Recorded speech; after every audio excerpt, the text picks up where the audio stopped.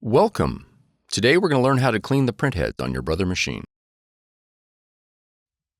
This video will cover multiple models and operating systems. Even though your machine may not match the model on the screen, the overall process will be the same. On the control panel, press the ink button. Press the down arrow repeatedly until the printhead cleaning option is displayed. Then press OK. Arrow down until the All Colors option is displayed. Then press OK. To select a normal strength cleaning, press OK.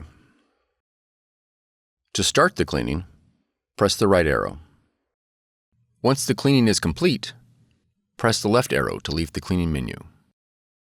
Now press the back button. For more tutorials, FAQs, and videos, visit us at www.brother-usa.com. If you found this video helpful, be sure to subscribe. Thank you for choosing Brother.